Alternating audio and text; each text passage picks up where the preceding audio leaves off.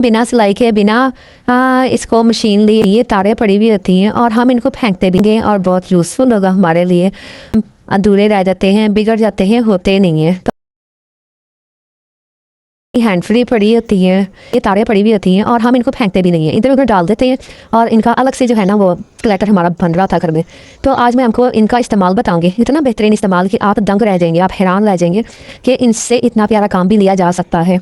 तो चलें हम सबसे पहले क्या करते हैं, हम बाज़ार जाते हैं, बाज़ार से हम खूबसूरत बेलें लेकर आते हैं और जिससे हम घर को डेकोरेट करते हैं। कोई जगह हम फेंक देते हैं, ख़राब हो जाते हैं, चार्जर वायर होते हैं। तो खूबसूरत सी बेल बनाना सिखाऊंगा। तो किस तरह ये बनाएंगे, बहुत इजी है। आपने क्या करना है और हम इसको देखते हैं।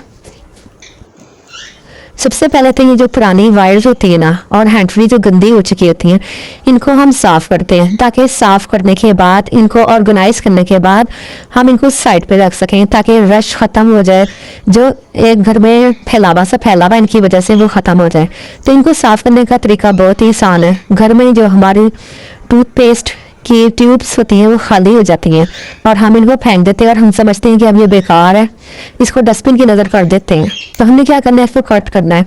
कट करने के बाद आखिर से भी कट करना है और जो किनारा होता है ना वहाँ से भी कट करना है। अब देखिए कितनी सारी पेस्ट निकल आई है। इस पेस्ट को हम हैंड फ्री के ऊपर लगाएंगे या जो हमारी चार्जर की तार होती है इसके ऊपर लगाएंगे। तो ये बहुत ज़िद्दी किस्म के पीले पीले दाग पड़ जाते हैं, साफ़ नहीं होते, ना ही हम इनको पानी से वॉश कर सकते हैं। तो हमने इसको टूथपेस्ट की एक लेयर लगा देनी है और बस टिश्यू पेपर के थ्रू ना हम इसको साफ़ कर देंगे। फ़ौरन के फ़ौरन ये साफ़ हो जाती है। इसके बाद एक गीले कपड़े से, कॉटन से इसको साफ़ कर दें। इसके बाद दोबारा आप इसके ऊपर एक रिंसा है ना टूथपेस्ट का, वो ले लें और टिश्यू पेपर भी साथ ही रख दें। तो दोनों साथ साथ काम करेंगे, सफाई भी हो जाएगी और टूथपेस्ट भी लगता चला जाएगा। अब हम इसको ऑर्गेनाइज करने का तरीका बताते हैं। जो टूथपेस्ट कट किया था ना उसके दरमियान से निकले थे रिंग, जो टूथपेस्ट हमने फेंकने वाले थे, अब इसके रिंग कट कर लिए हैं। इसको हम ऑर्गेनाइज करेंगे। ये देखिए इसके ऊपर चढ़ा दिया।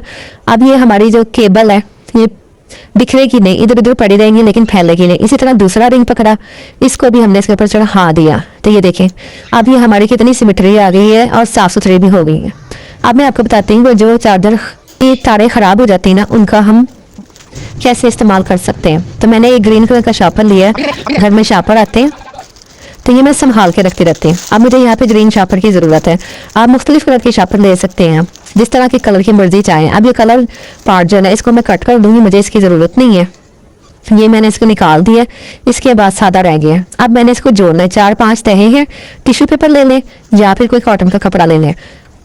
ये 4-5 तहें जो लेयर है ना ये इस तरह हल्की सी इस्त्री के साथ जुड़ जाएंगी। ये देखें बिल्कुल अटैच हो गई है। इसको हल्की सी इस्त्री फेरें और ये अटैच हो जाएंगे। अटैच होने के बाद हमने क्या करना है, एक मार्कर ले लेना है और एक मैंने मनी प्लांट का पत्ता ले लिया, उससे मैं सारा ट्रेस रही हूँ। तो छोटे बड़े पत्ते जितने भी है ना वो सारे ट्रेस ही लेने हैं। तो ये देखें अब मैंने ये सारे कट कर लिए। इसके बाद अब मैं इसको जोड़ूंगी। ये यहाँ पे भी कट हो चुके हैं। अच्छा, कट करने के बाद ना हमने एक काम और करना है, इसको हमने देनी है शेडिंग। शेडिंग किस तरह दे सकते हैं, ग्रीन कलर का मार्कर लेना है, उससे हमने इसकी थोड़ी सी शाखें बना देनी है, उससे हमें ना खूबसूरती आ जाएगी। इसमें एक ओरिजिनल टच आ जाएगा कि ये आप इससे वाइटों से भी हल्का हल्का कर सकते हैं और हल्का हल्का टच ग्रीन मार्कर से भी दे सकते हैं। अब ये सारे जो लीव्स है ना वो रेडी हैं। अब हमने इसको अटैच किसके साथ करना है। अब ये जो है ना हैंड फ्री, उसके लिए मैं कट कर रही हूँ लंबी लंबी स्ट्रिप्स, ये हमने उसके ऊपर कवर करनी है। अब ये देखेंगे मैं लंबी स्ट्रिप्स जो कट की है ये मैंने हैंड फ्री के ऊपर चढ़ा दी है। ये इस तरीके से ग्लू गन ले लेनी है आपने, या जो वाइट ग्लू होती है उससे भी काम चल सकता है। तो ये देखें यहाँ पर ये हम इसको लगाते जाएंगे और ये हमारे पास वायर रेडी हो गई है। बस अब ये हमने पत्ते जोड़ने, छोटे बड़े पत्ते जो भी है ना, आप फ्लावर वगैरह बना के भी इसमें जोड़ सकते हैं। आपकी मर्जी, जितना मर्जी चाहे इसको खूबसूरत बना सकते हैं। तो ये देखिए अब मैंने सिर्फ ग्रीन कलर की जो है वो बेल रेडी करनी थी, तो ये मैंने पत्ते यहाँ पे लगा दिए। अब ये छोटे बड़े पत्ते सारे लगा दूंगी और ये खूबसूरत सी बेल रेडी हो जाएगी और घर में ना कोई पैसा लगा, जीरो कॉस्ट, आपके पास डेकोरेशन पीस तैयार है। तो अक्सर हमें कॉर्नर पे या वैसे ही हमें खूबसूरती के लिए चाहिए होती है, तो ये हम घर में बैठे बैठाए रेडी कर सकते हैं। आज मैं चम्मच के साथ क्लॉथ पिन अटैच करूँगी और बड़ा प्यारा सा उससे काम लेंगे और बहुत यूज़फुल होगा हमारे लिए। और क्यों अटैच करने वाले हैं ये चलिए वीडियो में बताते हैं। नेक्स्ट हम क्या करने वाले हैं, हमने चम्मच के किनारे पर बिल्कुल आखिरी सिरे पर ग्लू गन लगा देनी है गर्म करके अच्छे तरीके से। अब यहाँ पे हमने अटैच करना है दोनों स्पून क्लॉथ पिन के साथ और अभी हमारा बड़ा प्यारा सा टूल इस्तेमाल होने के लिए तैयार है। तो उबले हुए अंडे जब हम गर्म पानी से निकालते हैं पकड़ना मुश्किल हो जाता है, तो ये एक बड़ा प्यारा सा कैचर तैयार है। हमने यहाँ पर कप ले लिया है, उसको उल्टा कर दिया है और उल्टा करने के बाद कोई भी ब्यूटी सोप ले लेना है, उसको अपने कप के ऊपर ग्रेट करना है। कप के ऊपर जब साबुन आ जाएगा तो उसमें हमने थोड़ा सा पानी डालना है और पानी इतना डालना है कि जो उसके किनारे है ना वो डिप हो जाए, साबुन की भी उसके अंदर डिप हो जाए और इसके किनारे में अच्छी तरह डिप हो जाए। तो हमने क्या होता है कि अक्सर ना नाइफ से हम जब सब्जियां और फल कट करते हैं तो वो अच्छी तरह नहीं कट होते, तेजी से नहीं कट होते। तो जब साबुन और पानी मिला के हम छुरी के किनारे तेज करेंगे तो छुरी बहुत अच्छे से तेज हो जाएगी। अच्छा, अब मैं आपको बताने लगी हूँ यहाँ पर शर्ट में इस्त्री कर रही थी, अचानक मैंने देखा कि ये फटी हुई है। तो इस तरह की शर्ट अक्सर हम जब रफू बाजार से करवाते हैं या फिर हम ऐसी शर्टों को हम रख देते हैं उठा के कि अब तो ये बेकार होगी, अब इसका कुछ नहीं हो सकता। तो चलिए मैं बिना सिलाई के, बिना इसको मशीन लिए, बिना सुई धागा हाथ में लिए मैं आपको उसको जोड़ने का तरीका बताती हूँ। तो जोड़ना कैसे है, हमने हमारे पास एक होती है फ्यूज बुकरम, चेपी बुकरम भी इसे बोलते हैं।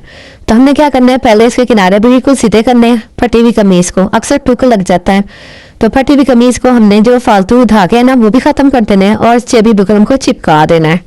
तो अब आप सोच रहे होंगे कि चेपी बुकरम चलेगी कितनी देर, ये तो थोड़ी देर तक ही चलेगी और ये उतर जाएगी और कपड़ा फटा हुआ फिर सामने आ जाएगा। ऐसा बिल्कुल भी नहीं होने वाला। जो हैक मैं बताने लगी वो अब स्टार्ट होगा। आपने इस्त्री को कम से कम 1 से 2 मिनट हल्की इस पे हीट पे आपने इसको रखना है दबा के। तो जब हम इस्त्री को दबा के रखेंगे ना 1 से 2 मिनट तक, बिल्कुल लो स्पीड होती है ना उस पर रखना है, कपड़ा जलने भी ना पाए और जो है वो इस्त्री भी हीट अप होती रहे, उसके साथ साथ कपड़ा भी। तो अब इसको दबा के रखेंगे तो फिर जो फालतू धागे हैं वो कट कर देने हैं। इसको उल्टा करके जितनी फालतू चेपी बुकरम है, लेकिन बड़ी होनी चाहिए, जो हमारा फटा हुआ है ना कपड़ा जहाँ पे टक लग गया है, कट लग चुका है, उससे बड़ा होना चाहिए। अब ये देखिए लग ही नहीं रहा कि जैसे चेपी बुकरम लगाई है या कहीं से डिजाइन खराब हुआ हो। अब बस जो फालतू चेपी बुकरम है ना, फ्यूज बुकरम भी बोलते हैं इसे, जो भी आपकी जबान में बोलते हैं वो मुझे कमेंट बॉक्स में बता दीजिएगा। तो अब ना इसको कट कर देना है। कट करने के बाद आप इसको जितना चाहे मर्जी वॉश करें, ये नहीं उतरने की, क्योंकि हमने सिर्फ 1 से 2 मिनट दिए तो ये फटेगी भी नहीं, उतरेगी भी नहीं। और पानी में इसे वॉश करें, सर्फ में वॉश करें तो ये बिल्कुल भी नहीं, और आपको पैसे बच जाएंगे आपके। जो आप वो करवाते हैं, रफू करवाते हैं सिलाई मशीन से, जब करते हैं तो वो कपड़ा खींच जाता है, इकट्ठा हो जाता है, तो ऐसा कुछ भी नहीं होने वाला। तो होपफुली आपको ये आइडियाज पसंद आए होंगे। पसंद आए हैं और चैनल पे फर्स्ट टाइम आए हैं तो चैनल को जरूर सब्सक्राइब करके जाना है, बेल आइकन भी जरूर प्रेस करना है, लाइक भी जरूर कीजिएगा और कमेंट बॉक्स में बताइएगा कि आपको कौन सी टिप ज्यादा अच्छी लगे। अल्लाह हाफिज।